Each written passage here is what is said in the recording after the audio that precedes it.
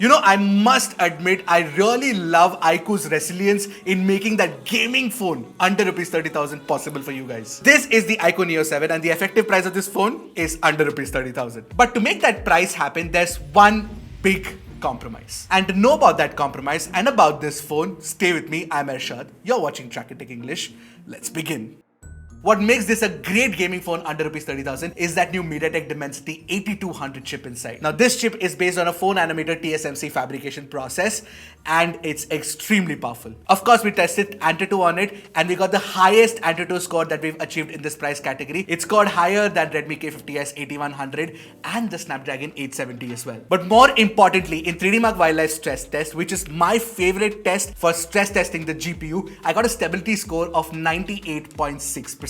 Which means that you can have sustained peak performance for longer gaming sessions on this phone. And there's also a vapor cooling chamber which ensures that the phone runs cool when you're playing games. You can run COD at 90 FPS, you can run PUBG at 90 FPS, and you can also run BGMI at 90 FPS pretty soon. Now I play Apex Legends a lot, but the development has shut, so I'm really disappointed. But in COD, which is the other game that I play, I got consistent 85 to 90 FPS while playing with the phone, so that's definitely pretty good. And to add to the gaming experience, you've got motion controls as well. So if you want to tilt to reload, if you want to tilt to peak, all of those things you can do on this. Now if you've come this far and if you like the kind of videos that we make, don't forget to hit the subscribe button and the bell icon right next to it to get notified whenever we put out an awesome new tech video. But by the way, if you're wondering about 5G support, it supports all the three important bands in India needed for running Jio and Airtel 5G, N77, N78 and the N28A bands. And 5G works really well. You can get upwards of 1 Gbps of speeds on Jio's network, so that's not really a problem. And the display is also pretty much tuned towards gaming. It's a flat panel. It's a 6.78 inch AMOLED panel with a 120Hz refresh rate and an instant touch sampling rate of 1200 Hz. Now the display size is of course larger than the iQOO Neo 6. The bezels have also been reduced and therefore you get more screen estate as well, which is great for gaming. Now you can buy this phone in two variants, 8128 and 12256, and the storage type is UFS 3.1 and the RAM type is LPDDR5, again aiding to that whole performance metric of the iQOO Neo 7. Apart from that, iQOO also bundles a 120-watt charger inside the phone, so that's a bump up from the iQOO Neo 6's 80-watt charger. You can charge from 0 to 100 in 25 minutes.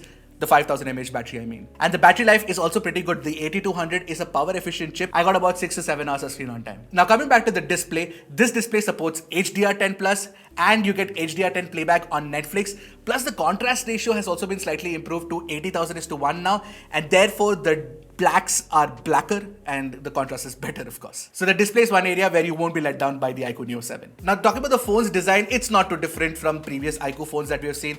It's not any unique. But one thing I liked about the design, and that's a functional thing, and that is that you get infrared scanner with the phone, and that's definitely useful. But for a gaming phone, I wish it came with a headphone jack. But it doesn't. But you do get high-res support on the iQOO Neo 7. Therefore, if you're playing high-res music from Apple Music, it does sound really good. However, the stereo speaker setup doesn't sound that great because the earpiece works as the right channel, and there is definitely a channel imbalance that I noticed.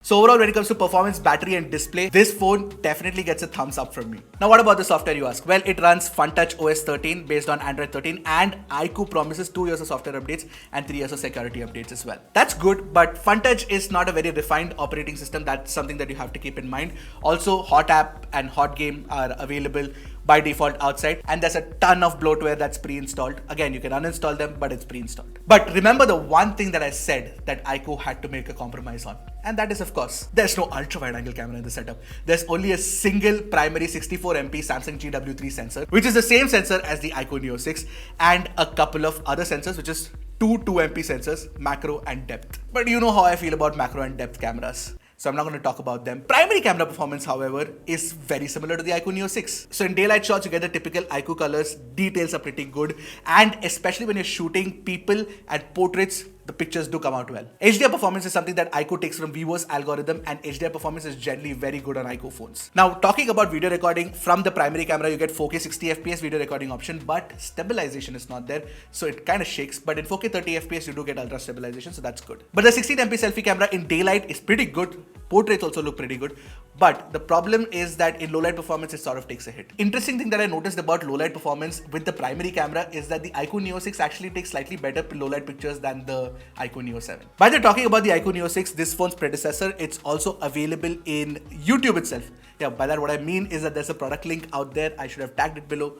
Go check it out if you want to actually consider buying the phone. So the overall camera setup is not too bad. I don't have a problem with the primary camera, but to not have an ultra wide means that there's one less perspective for you to shoot with, which also means that I should put forward this question. Would you, as a gamer or even as a non-gamer, consider this phone without an ultra wide angle camera? How much does an ultra wide angle camera matter to you? iQOO actually says that their audience cares more about gaming and not much about their ultra wide angle camera, which is why they let it go. But what do you guys think, the Track It Tech English audience? Let me know in the comment section below. So it's plain and simple out there. It's a gaming phone meant for gamers. It does well when it comes to gaming, but if you want something with good camera performance, then this is not the one for you. And I know that a lot of folks nowadays want an overall balanced phone, then you will have to take a hit in performance, because this performance is much better than a 778G or a Dimensity 8100 or a Snapdragon 870, which I don't think will be available in phones launching in 2023 anymore. So what do you guys think of the iQOO Neo 7? Do you like it? Do you not like it? Let me know in the comment section below. I'll see you guys in the next one. Until then, keep tracking and stay safe.